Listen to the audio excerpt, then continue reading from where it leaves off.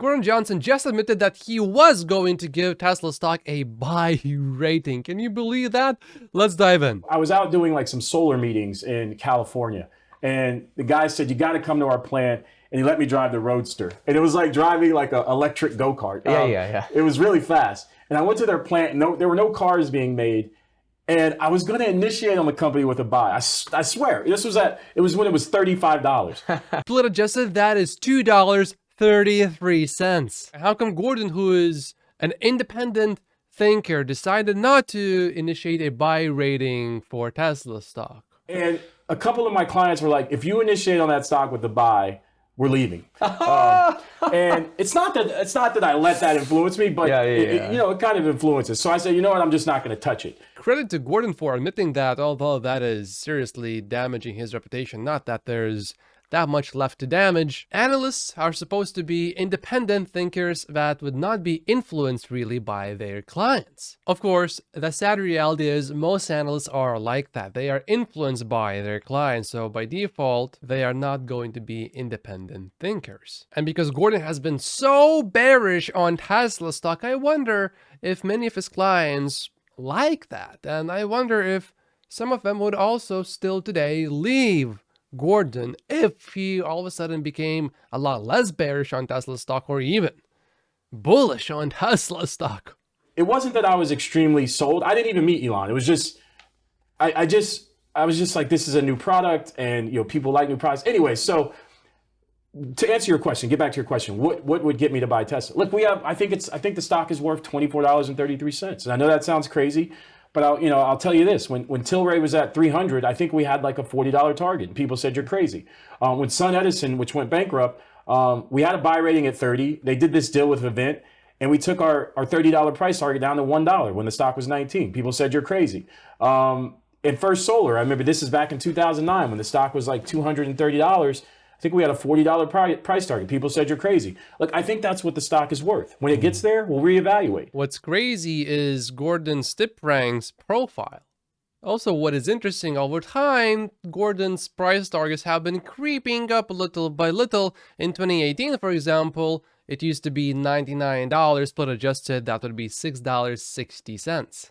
In the beginning of 2021, Gordon said that Tesla would reach $67, split adjusted, that is $22.33. He was convinced that it would get there in just 1 year, so 2022 February. Now his price target is $2 above that at $24.33. I think there's a lot of issues which we can get into. Are you using sort of the industry average multiples? And no, we're using a I actually think that the numbers we're using, so to answer that, we're using a 20-year DCF. Okay. Projecting out cash flows, discounting those cash flows back to the present. 8% or something? We're using, I think the discount rate we're using is around 8%. Okay. Yeah. The assumptions we have in our model to get to $24, I think are pretty aggressive. Tesla stock is very volatile, so occasionally the sentiment will be on Gordon's side where Tesla stock drops a whole bunch and Gordon will be right, except Tesla stock never hit Gordon's price targets. Ever. Not even once. If you want to test your Tesla stock investment thesis against a bear, Tony's a much better person to listen to. His Tesla stock price target is $150, and the stock actually hit that level late last year as well, as just now it was around $150. What kind of volumes are you thinking? I think we have them getting to like 10 million. Okay, so you actually have them getting to 10 mil. Right. But your DCF is still putting them at 24 today. Correct. If you look at the Wall Street consensus for 2030 deliveries, it is at 6.229 million. In other words, Gordon is quite a bit more bullish than Wall Street on Tesla's deliveries for 2030. And yet, he is the only one that has such a low price target for Tesla stock. When you think about it, Gordon is contradicting himself here a little bit by saying Tesla will deliver 10 million vehicles in 2030, but Tesla is getting crushed by competition. He's of course mostly talking about profits, but he's basically saying Tesla is going to be the biggest automaker in the world, it appears to me. That's scary. Right, because the thing is, think about this, right? So Tesla did what, 73 cents in Q1. You multiply that by 4 and divide it into the stock price today. You're talking about just under a 60 times multiple, right? The industry trades at 7 times. This is for a company who effectively cut prices roughly, I think it was like 10% in Q1, yet saw volumes grow just 4%, right? That means they're cutting prices and they're not seeing the elasticity. Think about this. What if Lamborghini cut their prices by 20%, right? Or forget about Lamborghini, Porsche. Or you understand, people would be running to the dealership, right? If that $200,000 Lamborghini, the elasticity would be massive. I'm not so sure about that Lamborghini or Porsche comment, because you buy a Porsche largely, or a Lamborghini especially, because you want status. It's a status symbol. If everyone can buy it, then what's the point in getting one?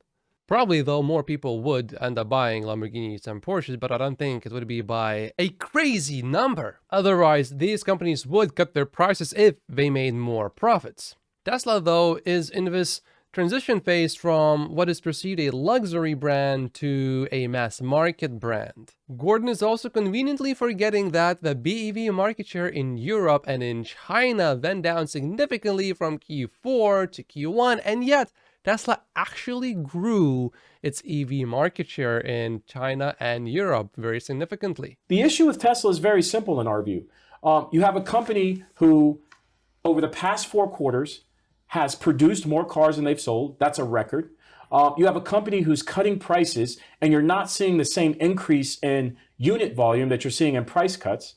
That's a big problem. Let's take a look at some of the more recent data, and you will see that an average inventory level is at about 60 days, with Toyota close to 30 days. Currently, Tesla's inventory is sitting at 15.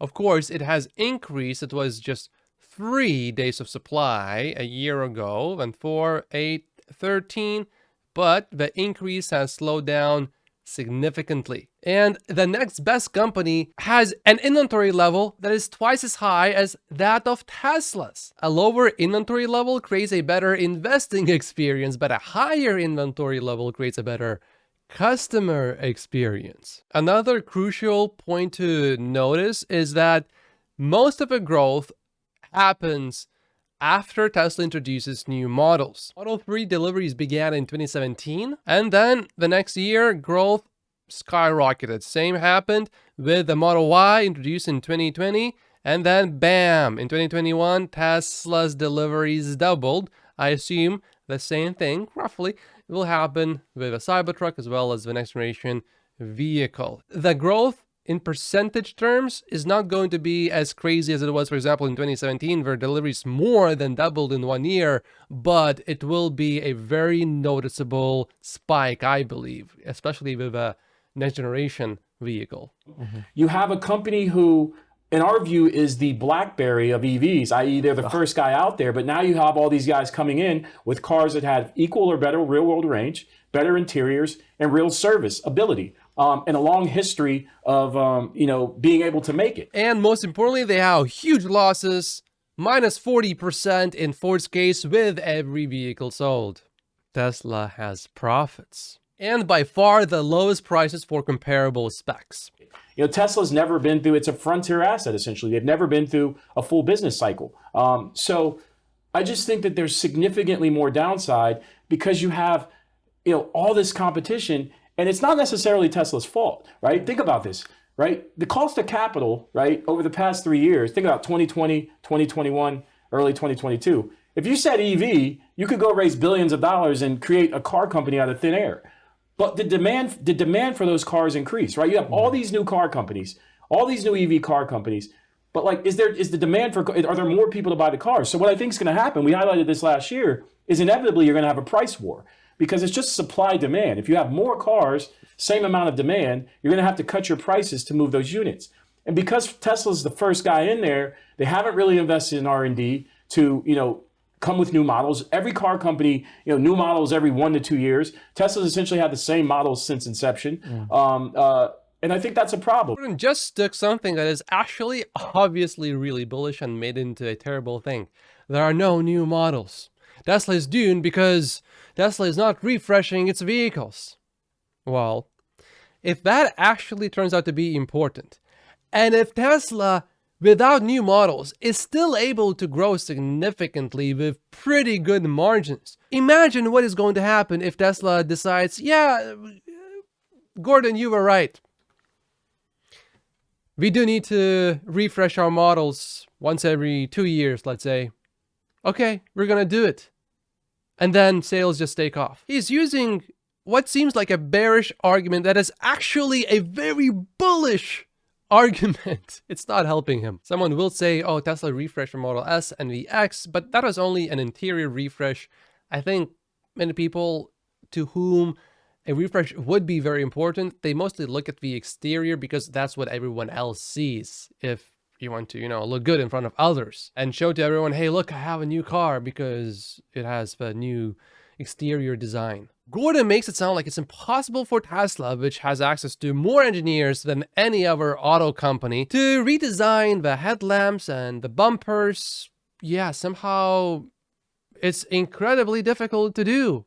So difficult indeed that is why Tesla is not going to make it, because if Tesla does need to do those things, it won't be able to, therefore it will be doomed. I mean, so far this quarter, we just put our China note out. The numbers came out early this week.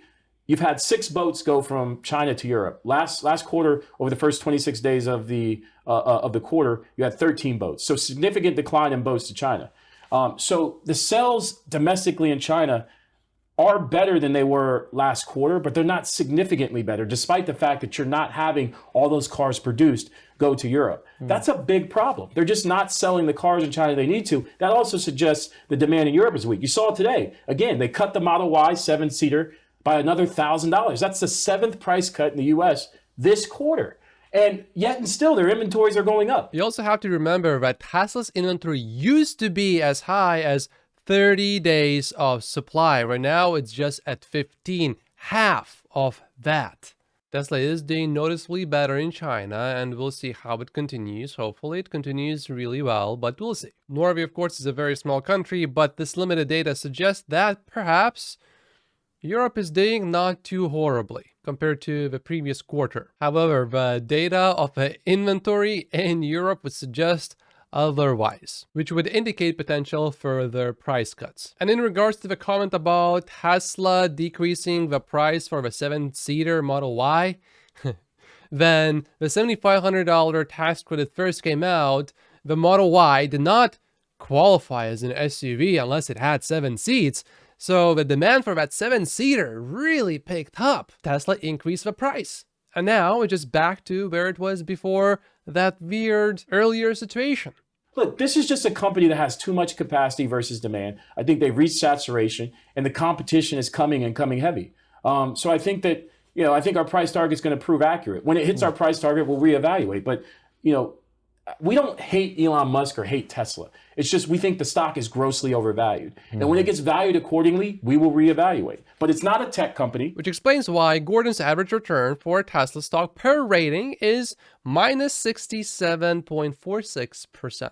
Which companies do you think are beating Tesla? With respect to sales, right? BYD is crushing them in China. VW is beating them in Europe. Volkswagen Group in Europe sold 98,300 EVs in Q1 of this year. That includes every brand in the Volkswagen Group. Volkswagen, obviously, Audi, Skoda, Porsche, and a few others. The Tesla Model Y is the only battery electric vehicle that is on the top 10 best-selling EV list in Europe. Every other vehicle is not fully electric. Not to even mention that the Tesla Model Y is by far the most expensive vehicle on this list. Tesla is already taking over Europe even without Giga Berlin having fully ramped. And with just 2 models, Tesla is selling more vehicles than the Volkswagen brand and almost as many vehicles in Europe as the whole Volkswagen Group. And you can see how Volkswagen's Q4 sales were quite a bit higher than Q1 sales of this year, but Tesla sales were really just flat in Europe, and globally they are up. So no, Gordon, the competition in Europe is not beating Tesla. And in China, if you look at BYD's comparable models,